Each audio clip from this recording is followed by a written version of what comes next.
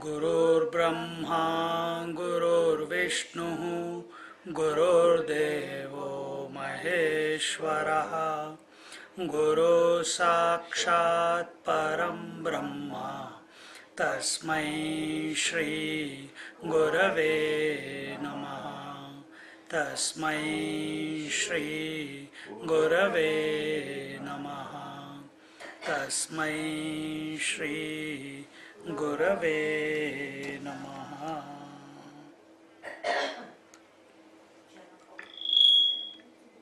We are in Pancadasi, chapter 4, verse number 49, and we are looking at what is the duality of the jiva.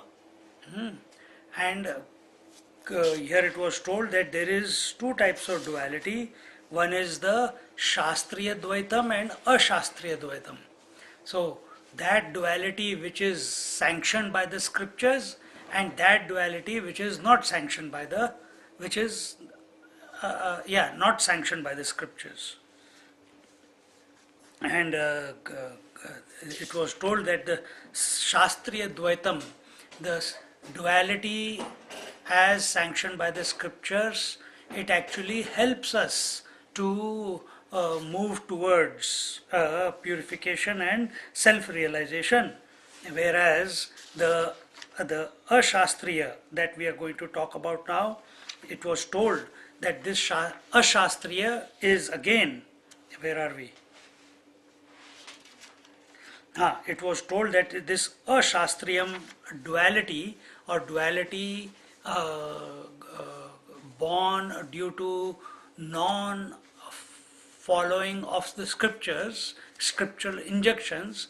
What is it? It is of, it was told, it is Tivram Mandamiti Dvidha. It is of two types. It is intense and it is mild. And the intense is the anger, desire, anger, greed, jealousy. This is the intense type.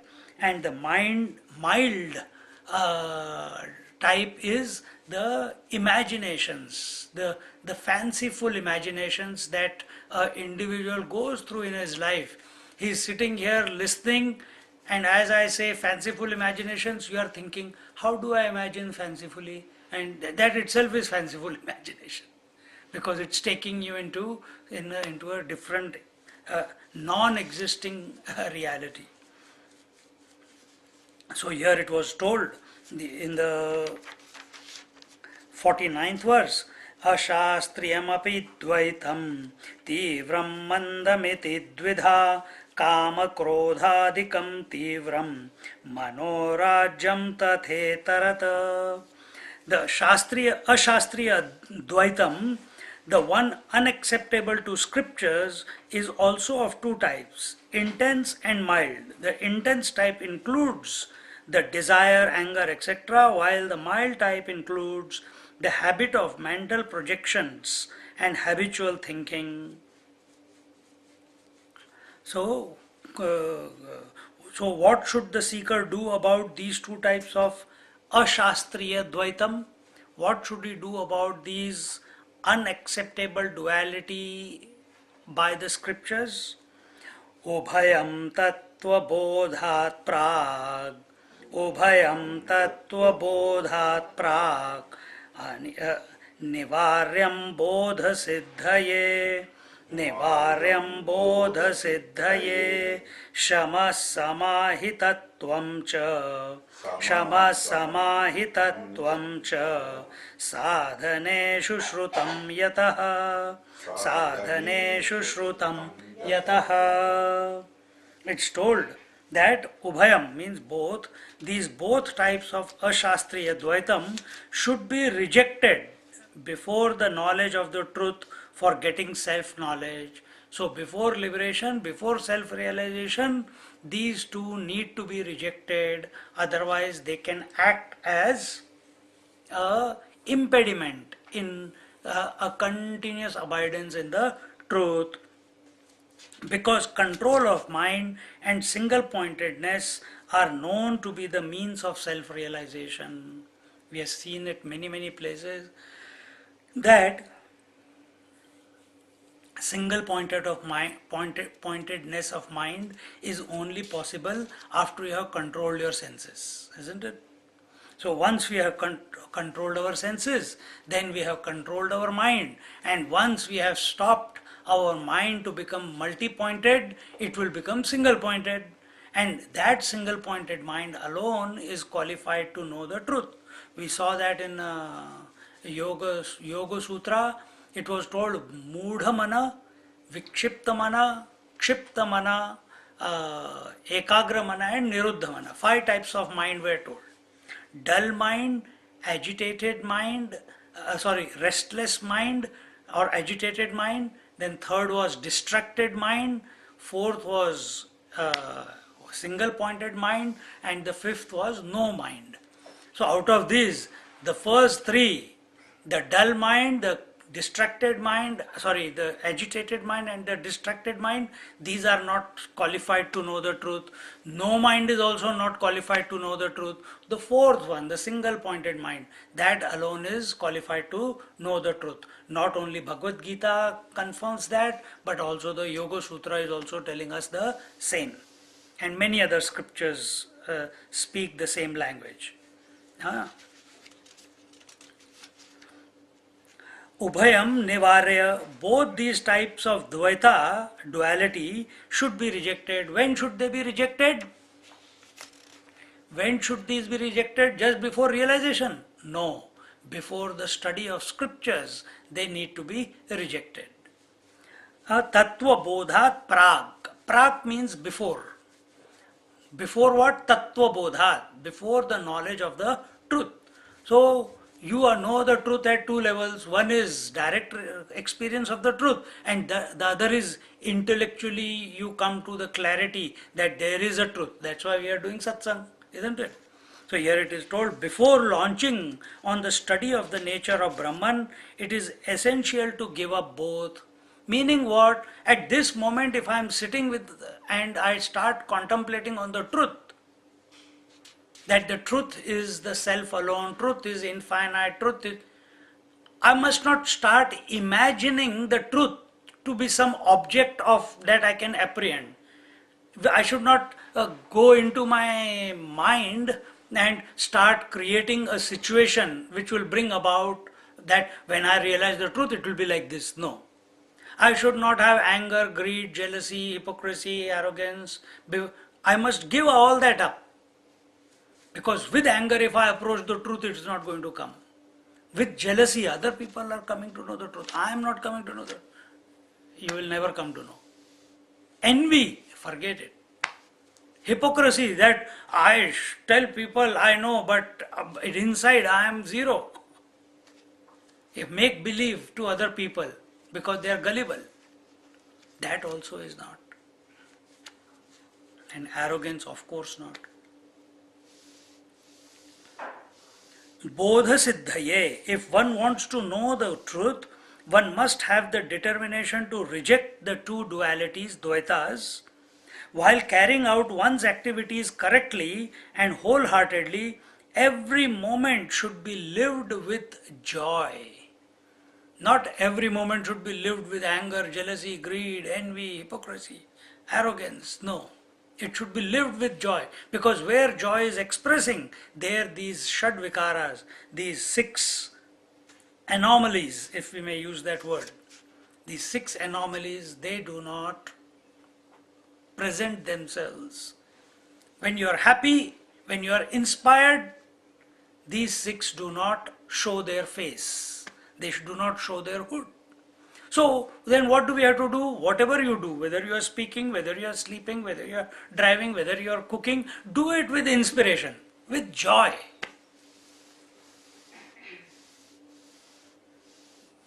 Here Swamiji says, every moment should be lived with joy without a trace of boredom. Without a trace of boredom. Because that boredom will lead to greed, for a desire, to greed, to anger, to jealousy, etc. etc. They say empty mind is devil's workshop. This boredom is that empty mind, where there is lack of joy.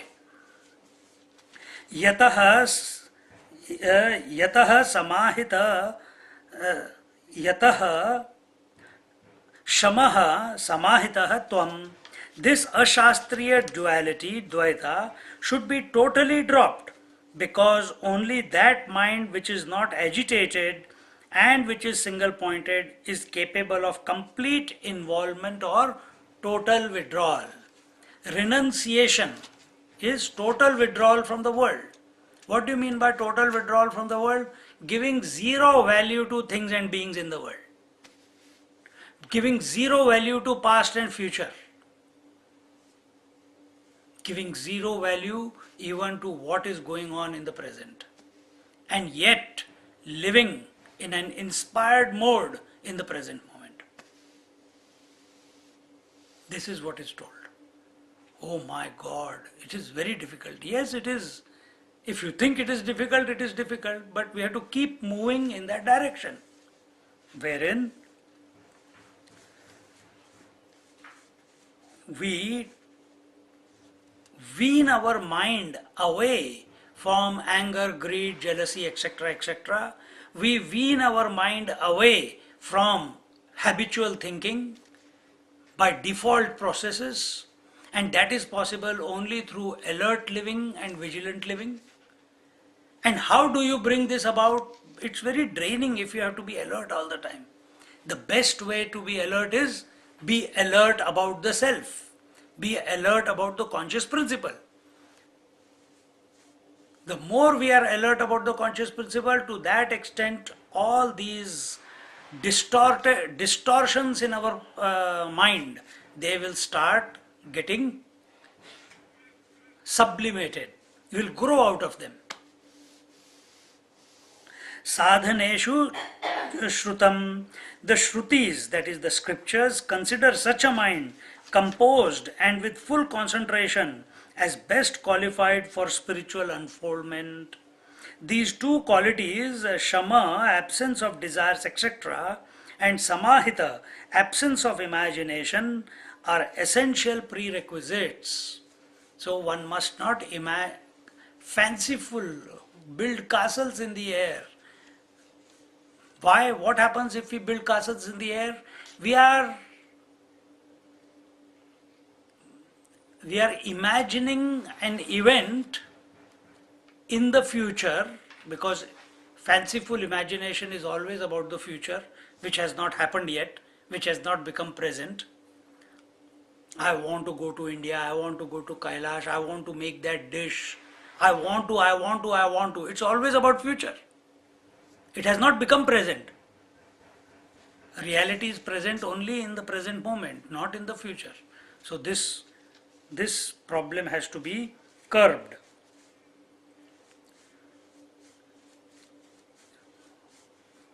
So, with regards to the first intense ashastriya duality, that is the duality unacceptable to the scriptures, the first one, which is the intense one, we must practice shama, control of mind. And the second, the not so intense, the mild duality unacceptable to the scriptures, which is manorajya, habitual thinking. For that we must, the practice is samahita. Samahita is make your mind single pointed. And how do you make your mind single pointed? Through japa sadhana, through meditation, through dhyana, abhyas, etc., etc., etc. The essential requirement for a seeker is further emphasized. Bodhad urdhvam cha tadhyayam, bodhad urdhvam cha tadhyayam, jivan mukti prasiddhaye, jivan mukti prasiddhaye, कामादिक्लेशबन्धेन कामादिक्लेशबन्धेन युक्तस्य न हि मुक्तता युक्तस्य न हि मुक्तता.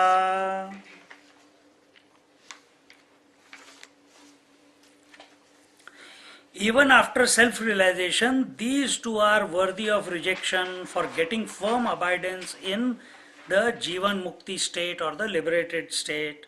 A person under the influence of the bondage of miseries, born out of desires, etc.,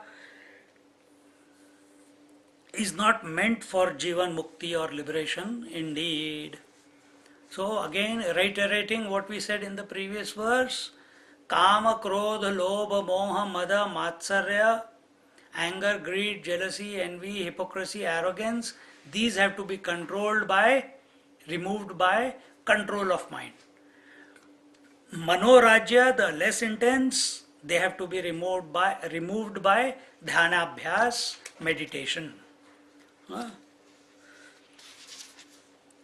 To think that without doing these two, without living a controlled, self-disciplined life, we can understand the import of scriptures, we can understand the depth that is being presented in the scriptures, is your imagination.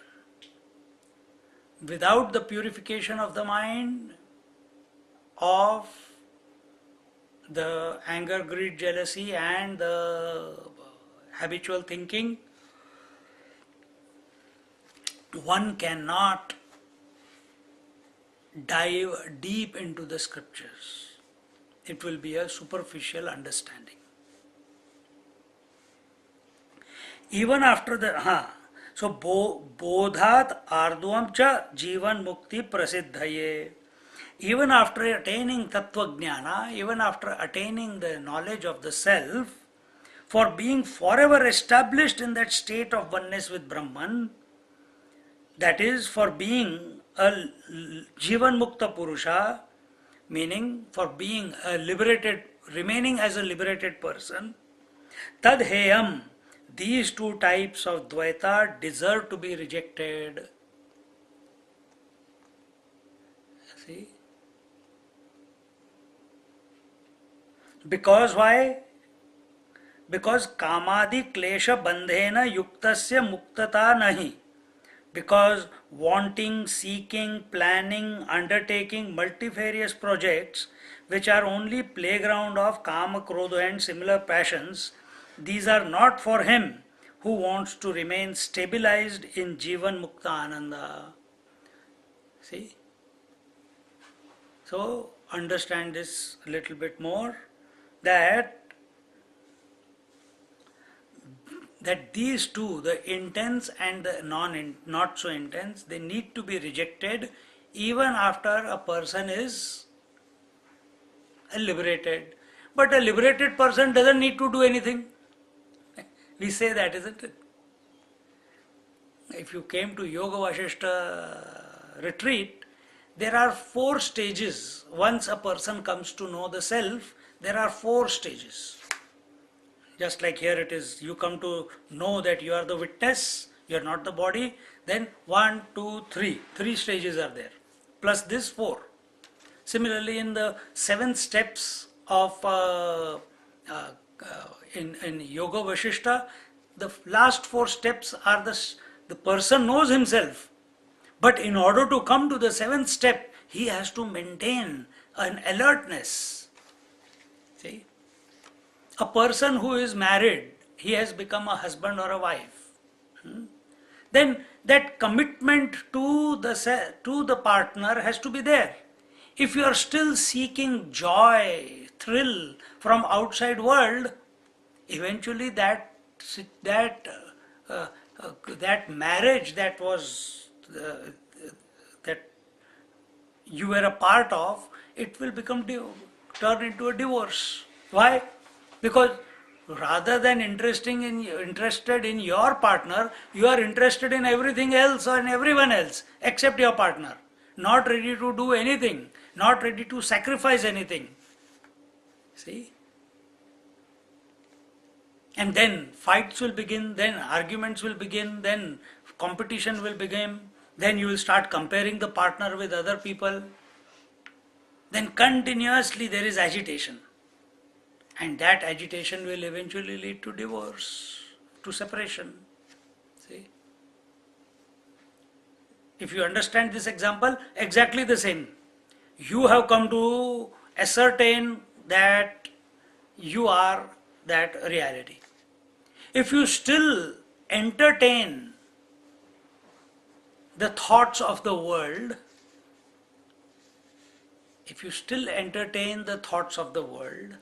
what will happen? The divorce of you with yourself will take place. You, the individual, and you, the self. This divorce will come about. And again you will feel lost in the world. And again you will, sometime in this life, next life, whenever, again when the opportunity presents itself, grace presents itself, you will start moving again. Arey, what happened? I was in such a beautiful state, I don't know what happened. Sometimes people, when they come to the retreat, they say, Swamiji, it was so fantastic for about a week. After 2 weeks after the retreat, it was, the effects of the retreat were still there. But after that, what happened? This is what has happened.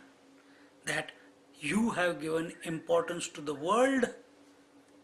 In the 1 week of the retreat, you were giving importance to yourself.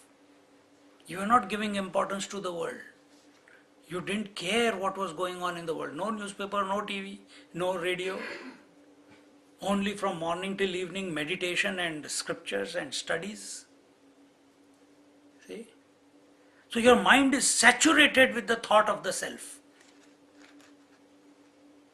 But the moment you come out, so that momentum has built up, that your mind is going towards the self. You have had the glimpses also. But when we come out, that clarity, that starts getting clouded. Why?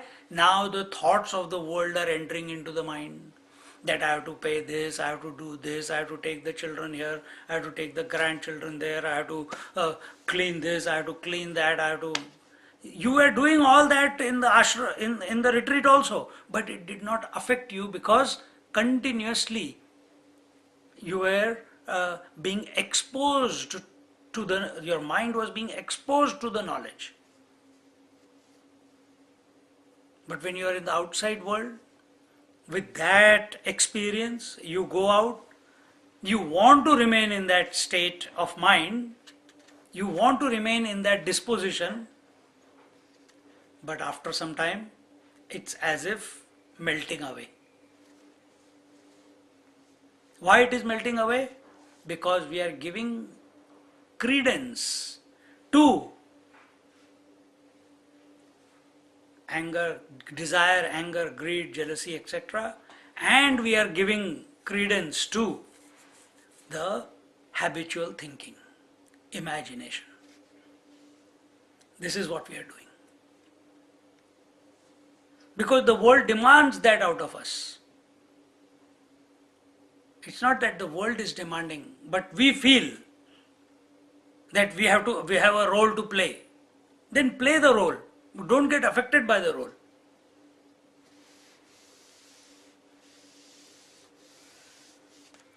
There is no place for the relative standpoint for the Jivan Mukta, even if he is functioning through the relative equipment.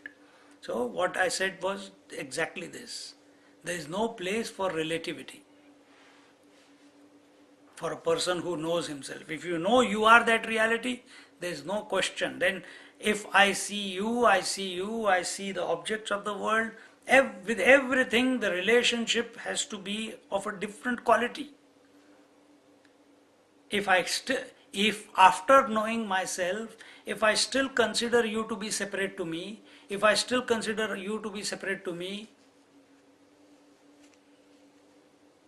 then I have not known anything. I have not known anything. There is no place for the relative standpoint for the Jivan Mukta, even if he is functioning through the relative equipment.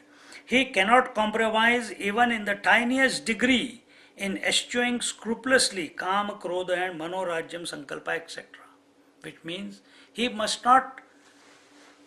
We see great masters functioning in the world.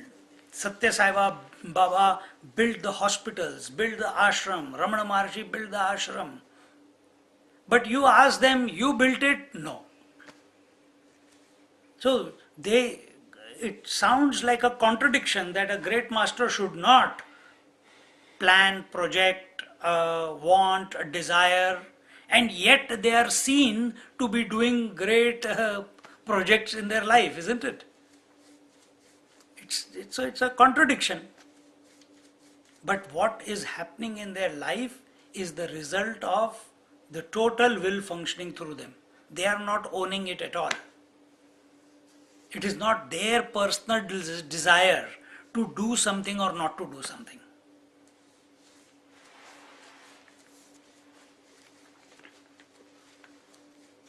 They are just a witness to the whole thing happening.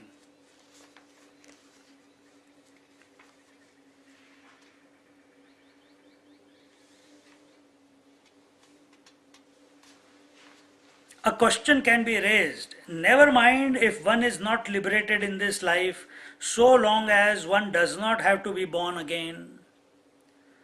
So in this verse number 52,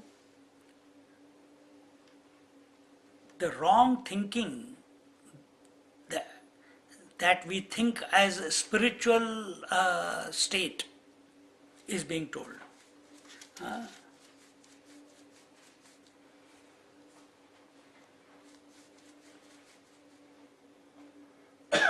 The fallacy of leading a spiritual level, that is being told.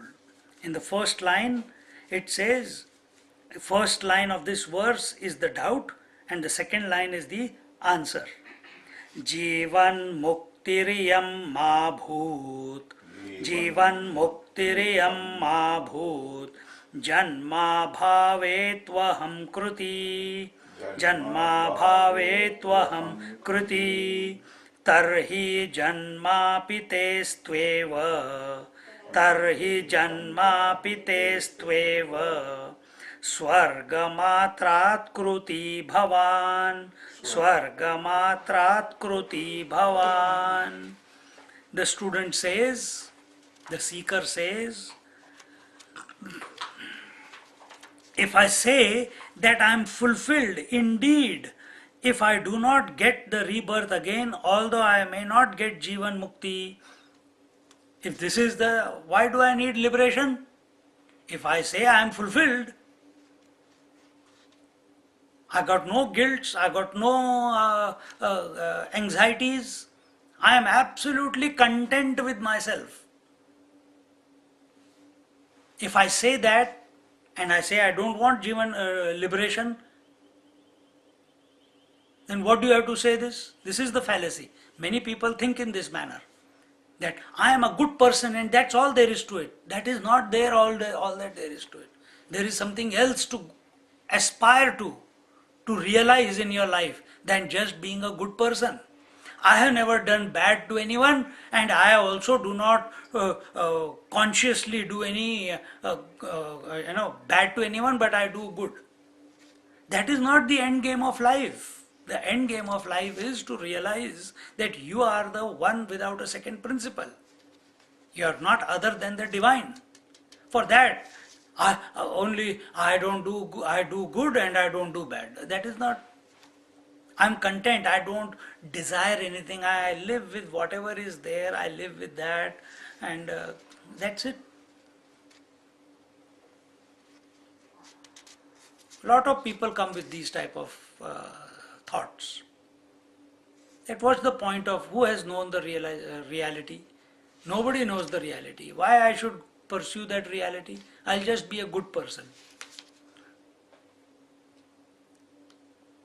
And I'm practicing it. I give charity, I give money, I do yoga, I do pranayama, I don't consciously hurt or trouble anyone, and I keep my mind calm and cool. try and keep it calm and cool all the time, and I feel content that there's nothing that I want from this life and nothing that I want to add into this life. But don't talk about realization. I don't know if it is there or it is not there. This is the doubt that the student is presenting to the teacher. So the teacher says, Tarhi janmapi testveva swarga matrat kruti bhavan. He says, in that case, our reply is, you are certainly to be reborn, for you can attain fulfillment even by going to the heavens. So if that is all that you want, that you don't want to do good, you want to do good to the others, and you want to not do bad to anyone else, and you feel that you have got no desires to fulfill, and you got that whatever is there in your life, that you are fulfilled, but you don't want to pursue liberation, and there are many people like that. He says that fulfillment can be gained in heavens also. For such a person, there will be rebirth. The cycle of birth, rebirth can be stopped only through realizing yourself. That's the only antidote for it.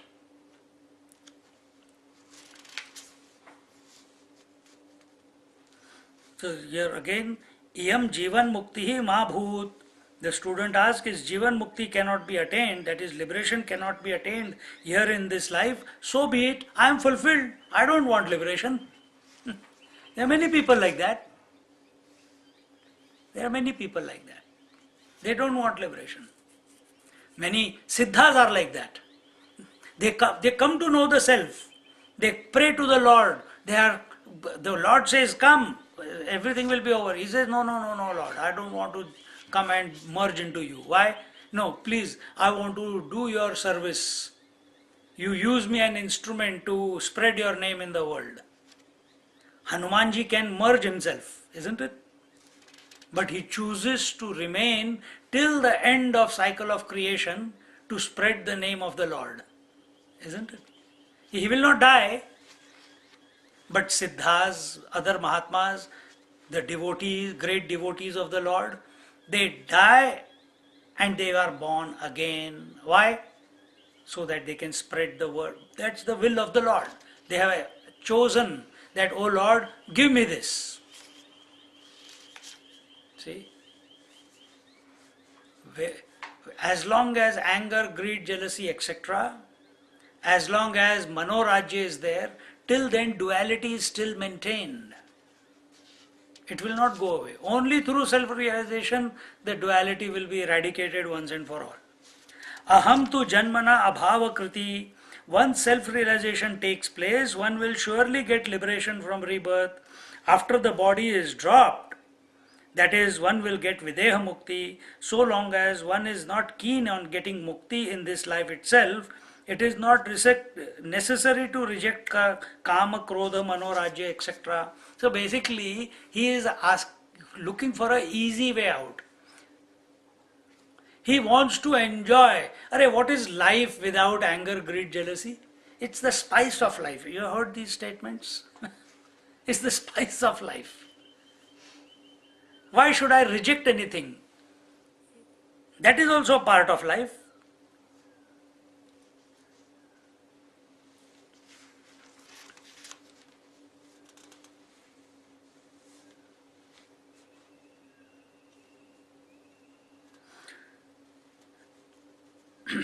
So here it says, Tarhi te janma api asti eva. See, if you have come to know the self while living and then the body dies, then for such a person there is no rebirth.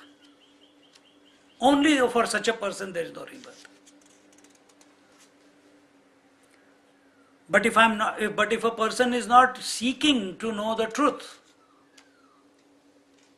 and he doesn't want to reject anger, greed, jealousy, the intense and the mild one, then for such a person there will be a rebirth. To this question, the teacher responds, then, if you want to continue indulging in the ashastriya dvaita, anger, greed, jealousy, etc., you will have to have rebirths. You cannot hope to have the one and not the other. They come in pairs. So you cannot have liberation. I want to be angry also and I want to have liberation also. It is not possible. I want to imagine also, I want to have fanciful imaginations also, and I want to liberate also. I don't want to give up the fanciful imagination and I want to liberate. It is not possible. You cannot have, I don't, what do you call? You cannot have only the day. Day is possible only along with night. The opposite has to be present. See? So you cannot have liberation just by while having the intense and the mild type of ashastriya dvaitam.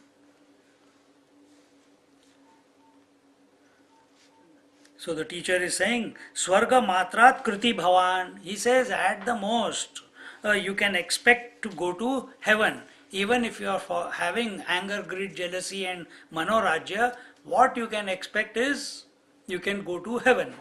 And what happens at heaven? All your desires are satisfied, depending upon the merit that you have accrued in your life.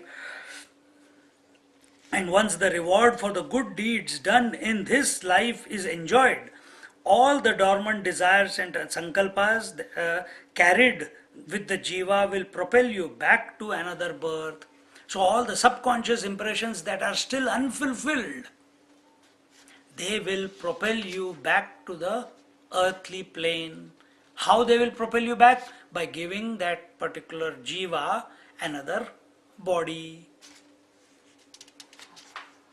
And this way the jiva finds himself birth after birth after birth after birth, going through this cycle of birth and death, but never coming to realize himself.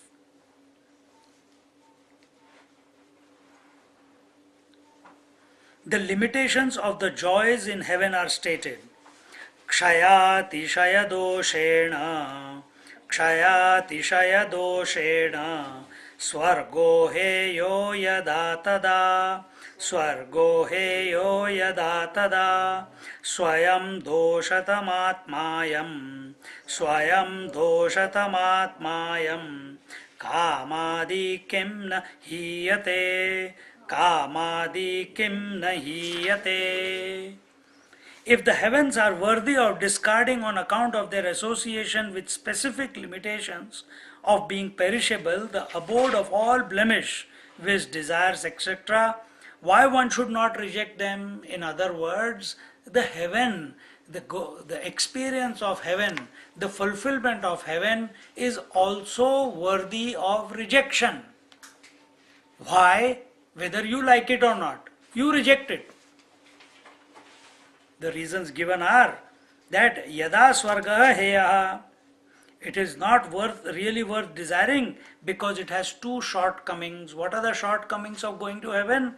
First is kshaya atishaya doshena.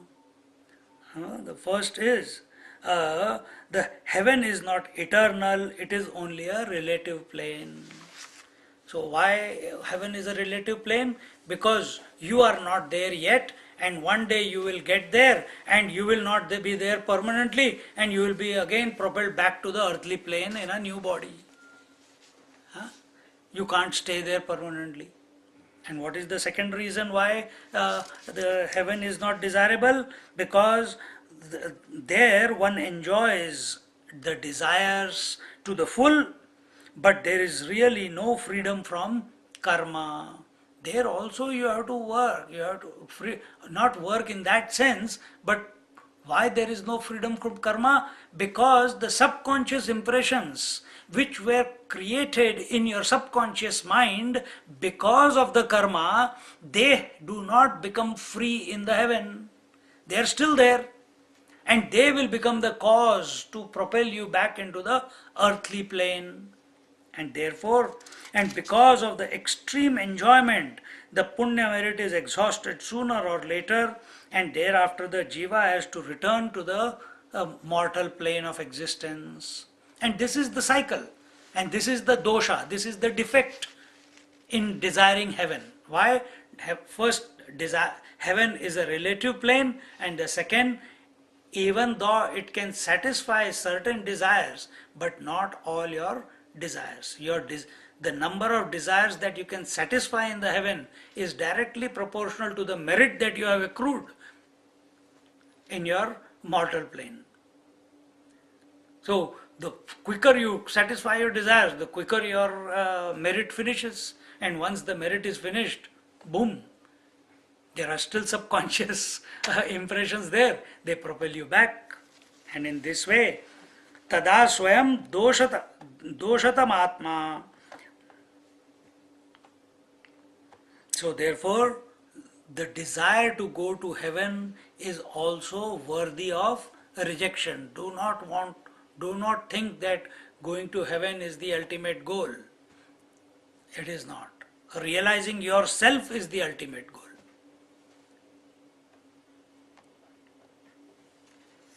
Why it is not the ultimate goal? Because even though we experience extreme joy, but that joy is temporary. The experience of heaven is temporary. It is not permanent. And anything that comes and goes is worthy of rejection. So if the student had said that I don't want liberation, I am fulfilled. So the teacher is telling here, if at all you want to reject the heaven, because it is relative. It can never give you permanent fulfillment. Why you want to reject liberation, Jivan Mukti? So pursue Jivan Mukti, reject heaven. Not reject liberation and pursue heaven. That's what the student's problem was. The situation of one who, even after knowing the truth, conducts himself without restraint is described in the next 3 shlokas. What do you mean by knowing the truth? And that who has the clarity, who has become convinced, who has had a glimpse, but he still lives an unrestrained life, meaning he is still a slave to his desires. He is still the slave to his anger, greed, jealousy, habitual imagination. He is still a slave to that. He still entertains those type of things in his life. What will happen to such a person? He will fall down from that state. Because to do anything, you need some time to establish yourself in it, isn't it?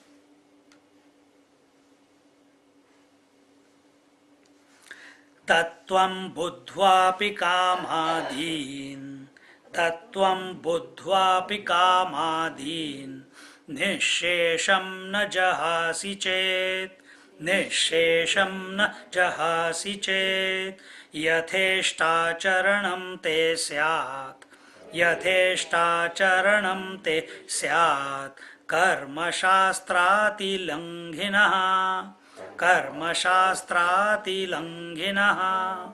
If you do not discard the desires, etc., fully, even after self-realization, you will end up in disregarding the scriptural injunctions, and your behavior will be an uncontrolled one. And we see there are Mahatmas like that. But we are no one to judge those Mahatmas. There are certain types who are the Avdhuts. Avdhuts are that suddenly the realization has taken place in their life for whatever reason.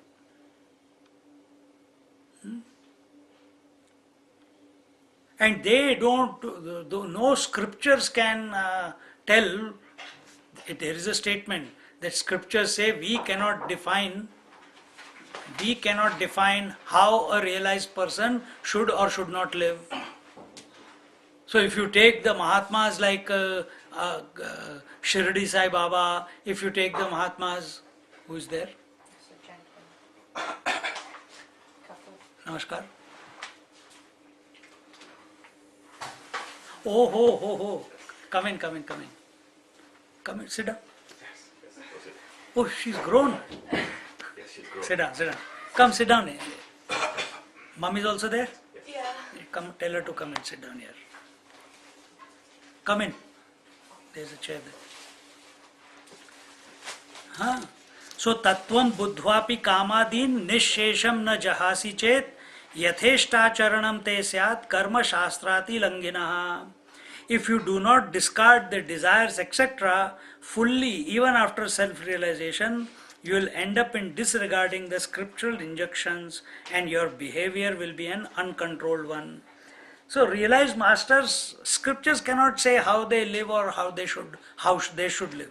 So we find some people, some realized masters, even after realization, they continue to teach the scriptures. They continue to serve the community. They continue to do the rituals. They don't have to do anything, but they are seen to do that. Some realized masters they still, even after realization, they are still taking the name of the Lord. There are some realized masters who walk around naked in the world.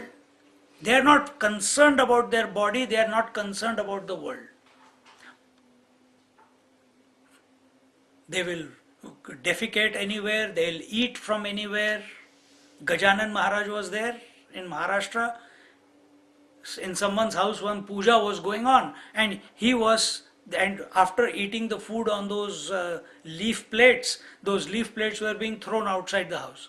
And he was sitting next to that mound of plates, and from those plates he was scraping away the food and eating himself and feeding the dog also. So he did not have an idea that this dog is separate to me. When Shirdi Sai Baba, he asked one lady, please, for a long time you have not given me a nice food, go and make something. She spends 1 hour, makes puri, bhaji, kheer, sweet, everything, brings it. And she gives him the plate, and without even looking at the plate, he gives the plate to the dog to eat. And the dog licks away everything, and she becomes very angry. She says, what you call yourself a Baba, you call yourself a realized master. You don't even understand this much that you made me spend 1 hour, and then that I made it out of love for you, and you gave that food away to the dog. He says, calm down, calm down. But people misunderstand, see the actions of Mahatmas. He says, do you think that dog and me are different? The hunger in me and the hunger in the dog is the same. If he gets satisfied, I get satisfied. Who can say that? Whose vision has become one. He sees the unity of everything. A mother, if she is hungry and the child is hungry, if she feeds the child first and the child becomes fulfilled, she feels fulfilled herself. It is only with one child or two children. Imagine if this is the feeling with the entire universe. What will be the experience? It will be overwhelming for you to even imagine. But this is how Shirdi Sai Baba used to live. This is how he used to live. But people misunderstand because they are thinking from individual point of view. And the Mahatmas, the realized persons, they are living from the unity point of view, totality point of view. See? So here the teacher is saying that Tattvam Buddhva api kamadin nishesham na jahasi chet.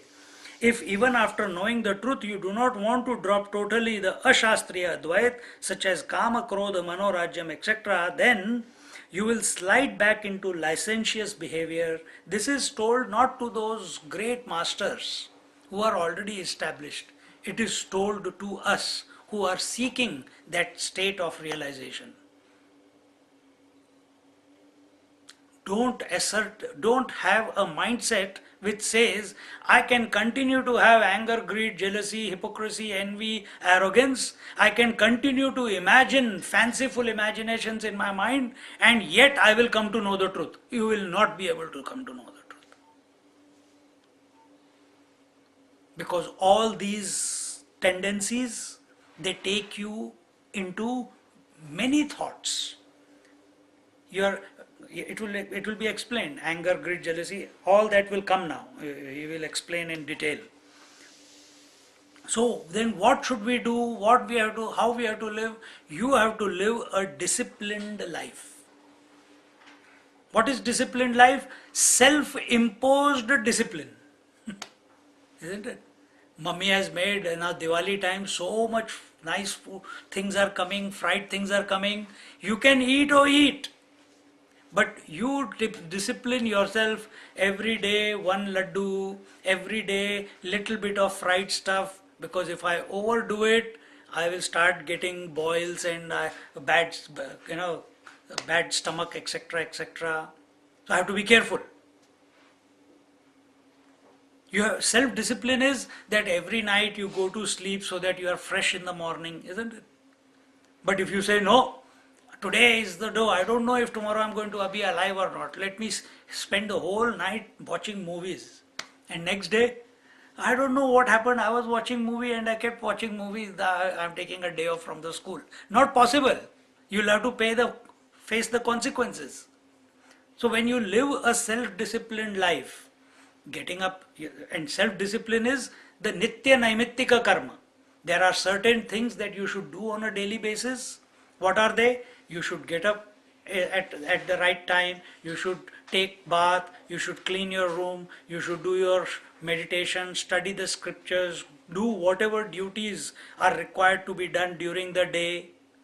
Those are nitya karma. Naimittika karma, the various rituals that are to be followed from the birth till the child becomes a grown-up. There are 16 things that a person has to go through, like giving the names, baptism, and then the Janeu, and all those various steps are there. So one must. And if you are a seeker, and if you are thinking that, no, I will not, God is everywhere, He will grace me when He wants. But till then, I will continue being jealous, I will continue being angry, I will continue not working. When He is always there, He will take care of me. Yeah. And once, when it comes to discussion, you come up with these, other time you are only complaining in your own head that, when will I get a break? You see? It is not so. One must live an alert life, one must live a disciplined life. One must live a disciplined life. And only through a disciplined life we can overcome the negativities which are not accepted by the scriptures. And what are the negatives which are not accepted by the scriptures? There are of two types, intense and mild. The intense negativities are anger, greed, jealousy, envy, hypocrisy, and arrogance. And the mild one is the fanciful imaginations, the default processes in our mind, which we keep talking to ourselves. If one free moment, nobody is there, and we are thinking, oh, it will be nice if I am in Europe. It must be so beautiful right now. You are in fanciful imagination. Or you are in a gathering and you are thinking there everyone is eating, talking, and you are not really interested. And then you start thinking, I think it must have been so nice if I had not come here. I would be nicely sitting in my bed watching the footy match. I don't know why I came here. Fanciful imagination. See, I told before, what is fanciful imagination? An imaginary event of the future imagined in the present is fanciful imagination. And this is a disease. When it becomes too much, it can lead to depression. It can lead to very unhealthy practices in life. So one must live in the present moment. And how do you live in the present moment? With inspiration, with joy. Doing whatever is required to be done at that moment. Karma Shastra Ati Langhinaha. So, not living a disciplined life, which is not imposed by, on you, the discipline will be imposed by daddy and mom. Who is imposing discipline on them? To some extent, the government, isn't it? Some extent, when we are living in the society. But at home, nobody is there to control you. Then what makes you live in a proper manner so that you are an example to the children? Your own self-imposed discipline, isn't it? That in front of the children I should not speak in this manner, so that they get good qualities, I should behave in this manner. It's self-imposed. Nobody has told you, nobody has ordered you. You have decided by your experience in life, or watching your parents, or watching other people, and you have come to a conclusion that this is necessary, that I must live a disciplined life, not only for my sake, but also for my children's sake. Not only for my sake, but also for my partner's sake. See? And if we don't live in this manner, we are insulting the scriptures. In this Naishkarmya Siddhi, Sureshwaracharya expresses in no uncertain terms the status of those who claim to be self-realized, but whose conduct, acharana, is not according to the scriptural injunctions, that is not Shastra Sammat. See, Sureshwaracharya was a great thinker. And he wrote a text just like Vidyaranya Swami wrote this Pancadasi. He wrote a book called, what was it called? A Naishkarmya Siddhi, a very popular text. And that he says, he goes to this extent. Some teachers accept it, some teachers don't. And what does he say? A realized person must behave in a particular manner. He cannot live licentiously. And therefore, when you go to Shankaracharyas, you go to Sringeri Shankaracharya, when you go to Kanchipuram Shankaracharya, you heard of them? Yes. When you go there, they are realized masters. But you see them every morning, oh, I am realized, so I can get up at 11 o'clock in the morning. Who is there to tell me? I am the boss. No, they get up at 4:30 in the morning. They do the shower. He still, the Sringeri Shankaracharya, he still goes to the river, takes a dip there, then comes, then does the puja. By that time all the students have come. They do the chanting. He doesn't need to do any of these rules. Does not need to follow. Yet he follows. So even among the realized masters, there are different gradations. One are the avdhutas, those who do not believe in the injunctions of anything. But the best is Brahmavit Brahmanishta, meaning those who are realized and they are following the injunctions of the scriptures to a T.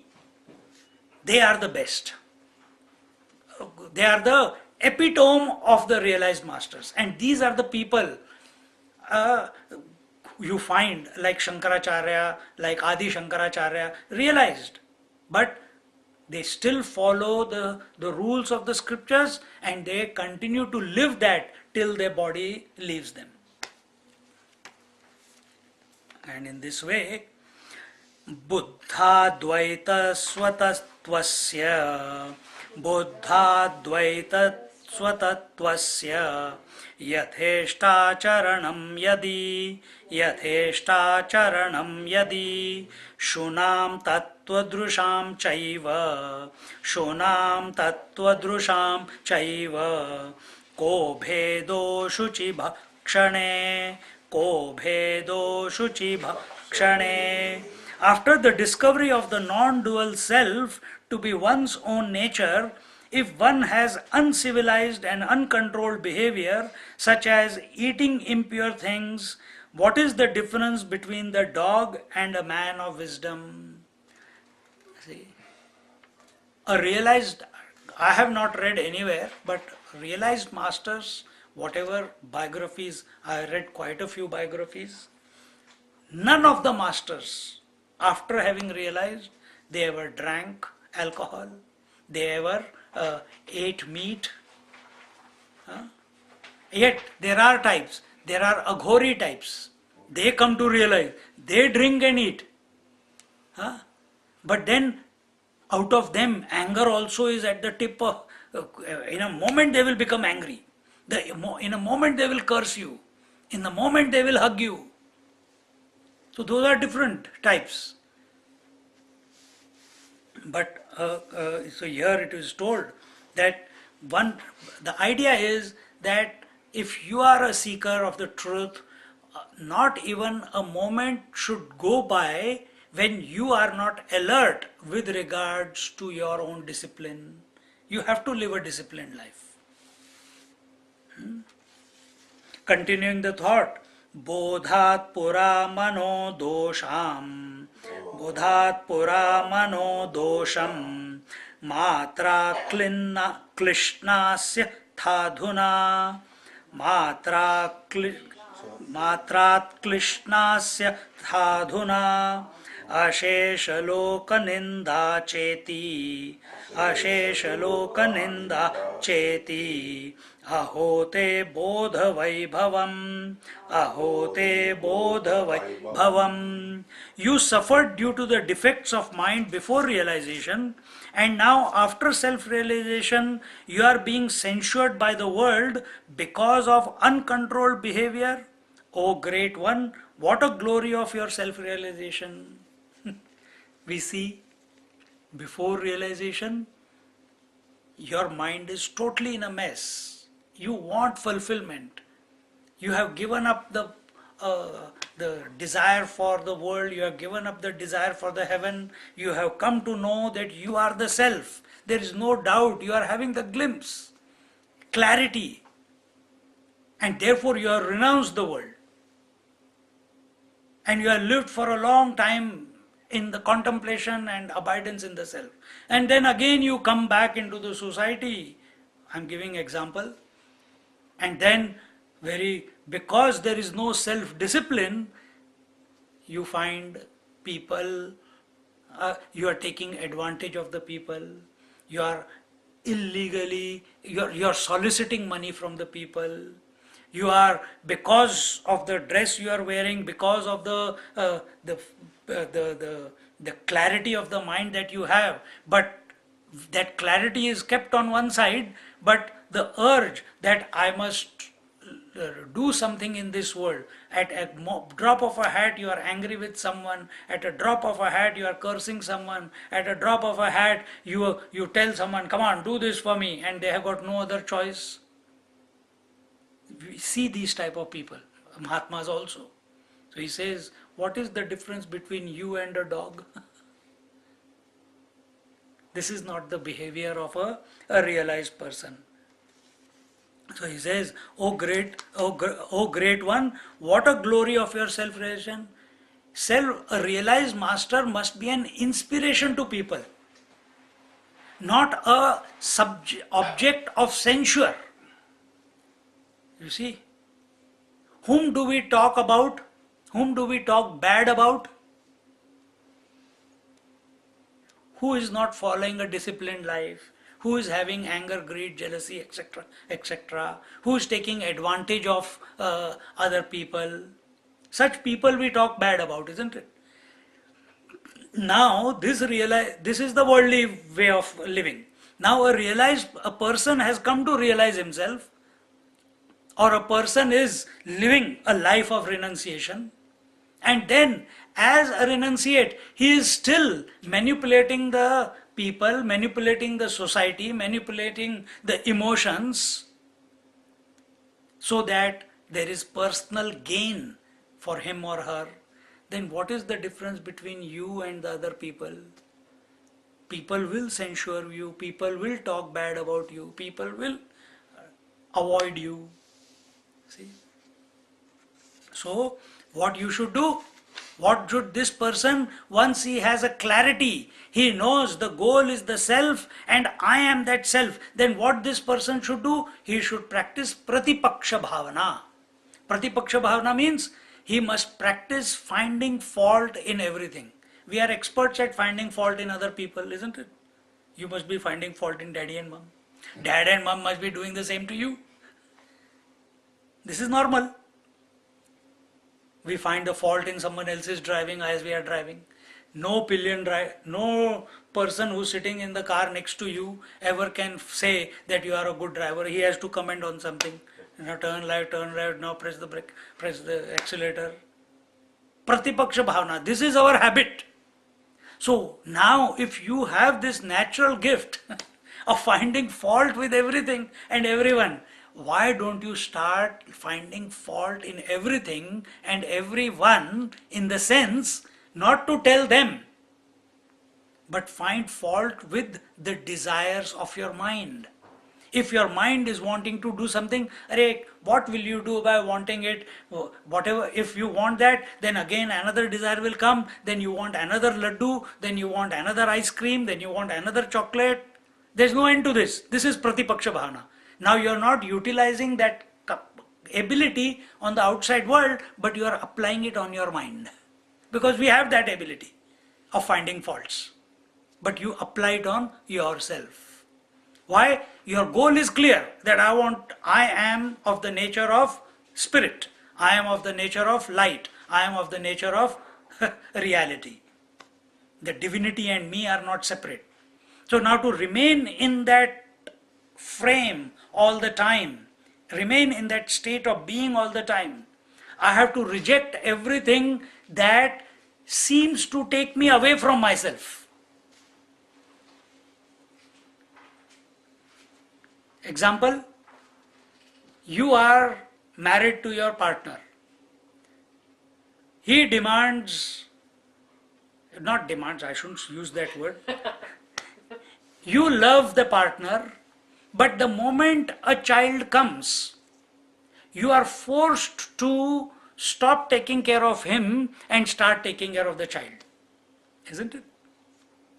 No, you may not. You've got to balance then. And we are giving a hypothetical example that this happens. And sometimes the fathers, when the children are grown up, and the mother is giving still too much attention to the boy, because the first born is usually the dear one, boy or a girl, then the father starts getting jealous. Why I am not getting that much attention? Why this child is getting more attention? See? So even though you are totally in love with the partner, but you get distracted by someone else or something else. Similarly, you are absolutely in love with the self that you are, but the world comes and distracts you. How does the world come and distract you? By way of thoughts. So now, if that is the way it comes and distracts you, or by as emotions or as desires, the moment that desire shows its hood, do Pratipaksha Bhavana, do fault finding. If I satisfy this desire, what will be the consequence? And the moment you inquire in this manner, the desire loses its potency. The desire loses its potency. And if you do this for some time, again and again and again and again and again, the mind says, mind is a creature of habit. He's pumping out desires one after the other. After some time he realizes, yeah, none of my desire is getting satisfied. No point popping up desire. Chalo, let's become quiet. It will become quiet. It will become quiet. And you will remain with yourself. You will not be distracted from the self that you are.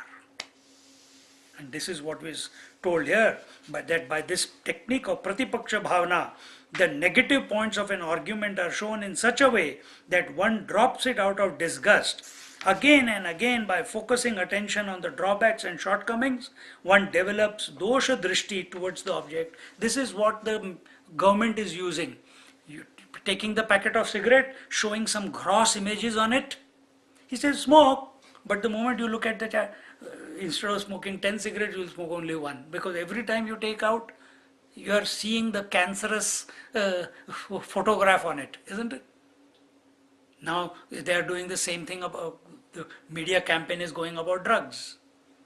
This is the door. So they are showing you how it is bad because you are not able to think yourself. When we are able to think ourselves, about our desires and thinking, and find the fault in the wrong type of desires, see, a simple thing is, you are going on the road and you press your accelerator. Who cares, man? Nobody is around. Desire, isn't it? But at that time, pratipaksha bhavana. Why? If I have to drive in a disciplined manner. That time don't come with an argument. Anyway, when I have to die, I have to die. Who cares? Enjoy this moment and then zoom. Then even if you are not supposed to die, you will die. So in this manner, the teacher. So if therefore one has to overcome the mental projections of Dvaita created by the individual jiva, Dvaita means duality created by the individual, what should be the lifestyle of and what is meant by spiritual unfoldment? This is told in the next few verses, and this I think, okay.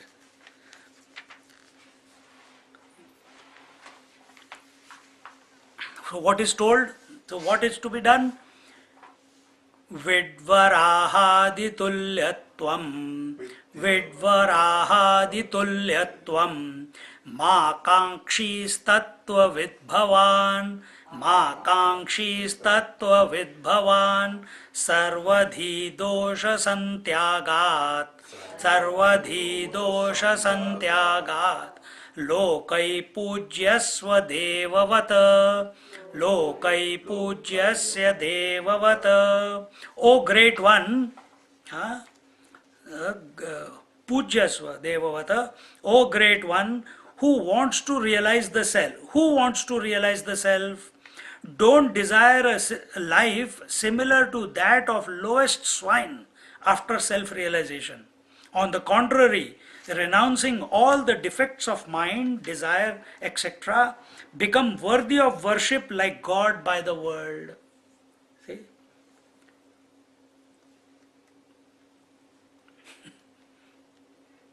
Don't desire before realization that I don't care if people take care of me or don't take care of me. No. So here this is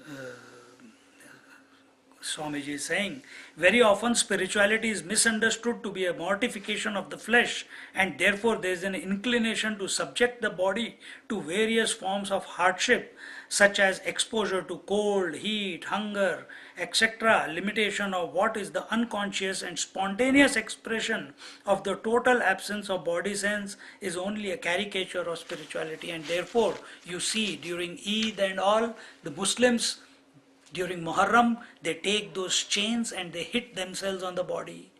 During the Lent period, the Christians do the same. The Hindus, during certain festivals, Thai Pusam or something like that, they take the arrows, they take the swords, put into their body, put through their tongue, put through their mouth. This is very tamasic sadhana. You don't have to destroy the body in order to realize the self. At the most, it's all you are proving to yourself is mind over matter. That's all. At the most, by doing all this is possible only because your mind goes into a trance. It transcends body identification. But transcending body identification is not equal to realization. Is not equal to realization. A person goes to sleep every night. If I kick you right now, you'll say, what Swamiji is doing. But if you are sleeping at night, deep in sleep, and I am also sleeping on the bed next to you, and I kick you at that time, I will not feel that I have kicked you, and you will not feel insulted that someone has kicked me. Why? Both are sleeping, isn't it? No arrogance there, no ego there. You have transcended the body. But now, while we are awake, if I touch you, oh, sorry Swamiji, sorry Swamiji. Or if I touch you, sorry, by mistake it happened. Isn't it? So these caricatures of exercises, of hitting yourself, going into very funny positions in yoga, in the name of spirituality, it is not spirituality. You can twist and turn the body 100 different ways. It will not lead to realization. It will not lead to realization. Why? According to our scriptures, you are already realized. All you have to do is remove the mind from between you and yourself. Calm the mind down. If the mind is calmed down and you have completely accepted that you are of the nature of that spirit, that's all that is required. For that, punishing your body is not required. And yet we see many people doing exactly that. And why that is happening? Because they have not been able to give up the body identification. They feel this identification with the body, yes, it must be given up, but it must not be given up by torturing it. All you have to do is give up importance to it in your mind. That's all. And so that's what is told here.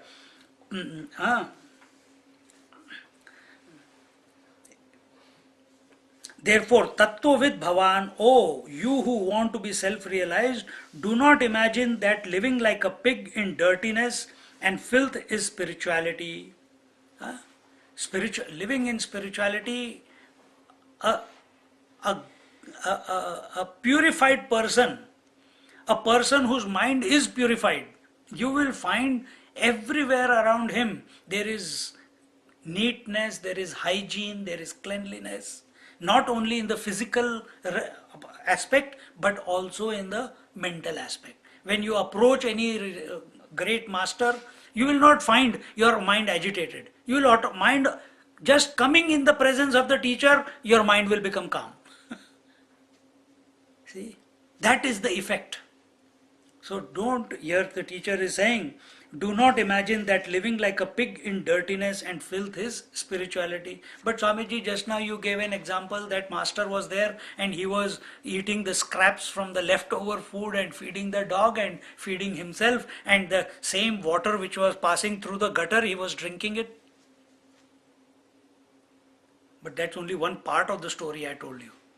Then the owner of the house who was doing the Satyanarayan Puja in the house, after feeding the people, he came out and he saw this person feeding the dog and eating himself and drinking that stinking water, because in those days the drains were outside the house. There were no underground drainage. So water used to come out and he is drinking that. He says, what a dog of a man are you? Don't you have any dignity? You don't. You look very young, you look very bright on your face, but I see that you have not taken bath for many days. I will give you food, come inside, sit down, I will give you good food on a plate. What is this? Eating from the scraps and drinking the dirty water from the drain?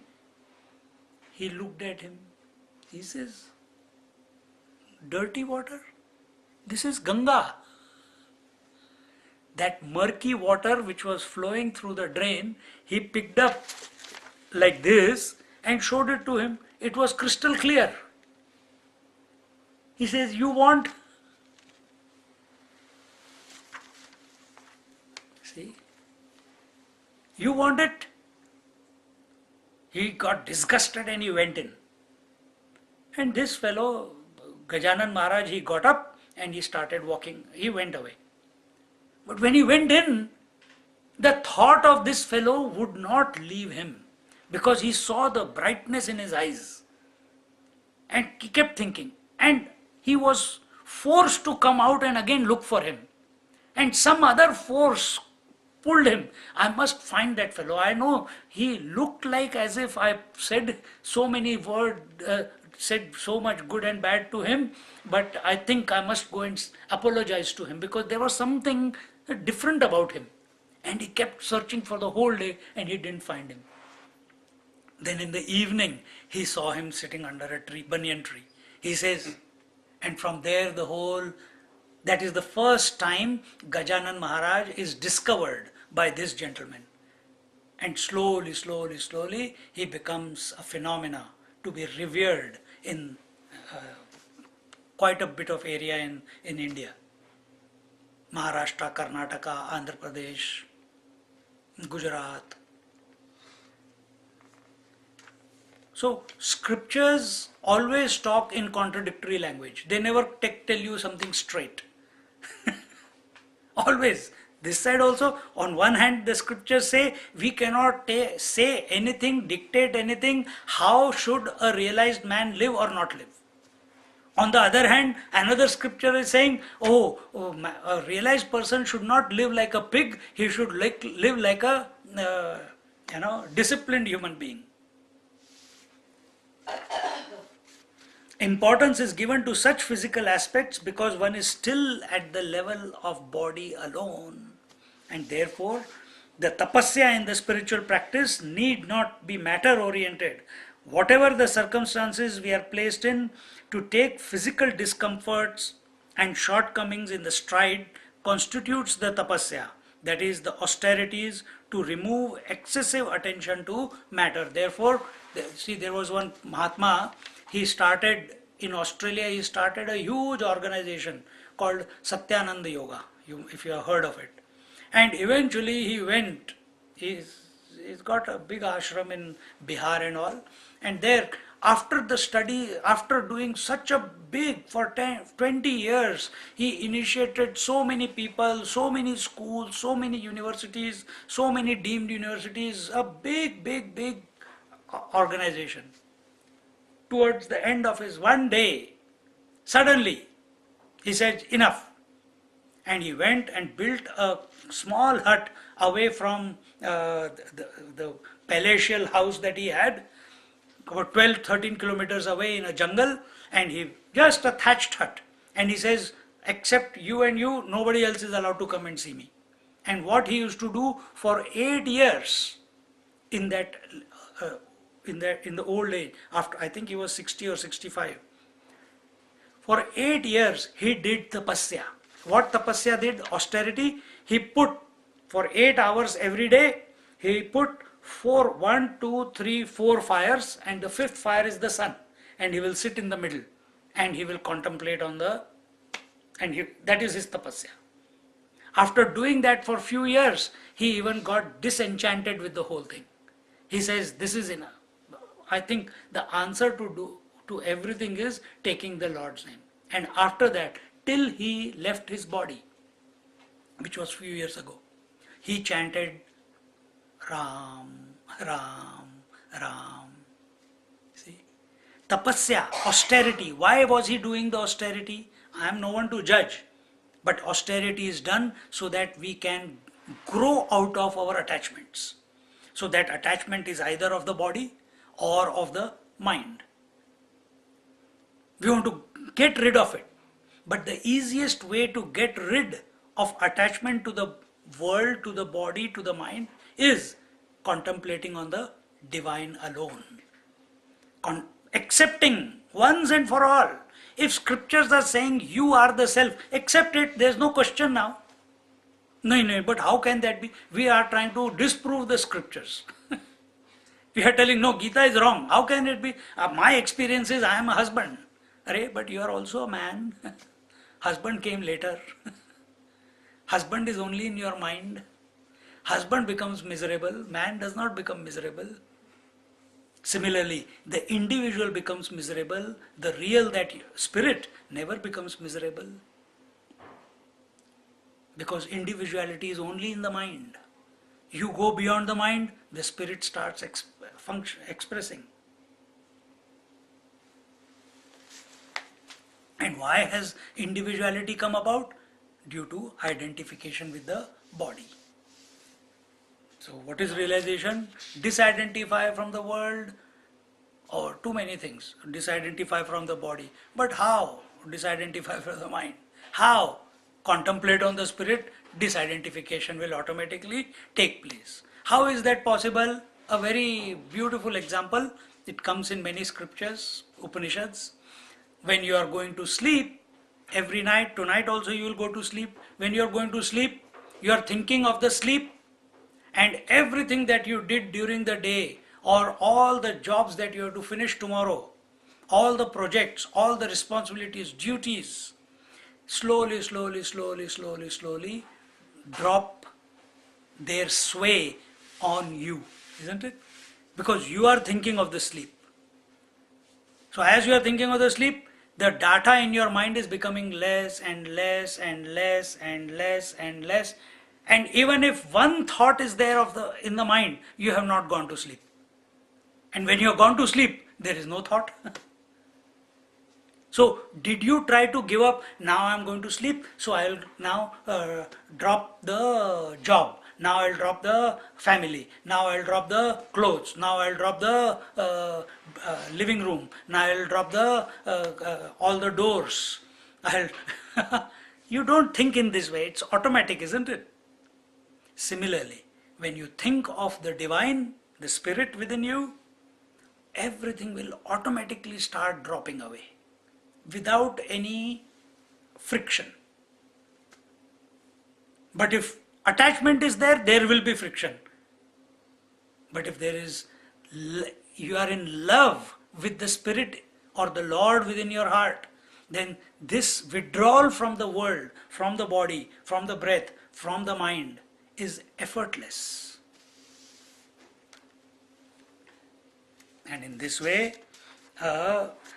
therefore, Tattvavid Bhavan, oh, you who want to self-realize, Sarvadhi dosha samatyagat, let all the shortcomings of the mind be totally and exhaustively be rejected.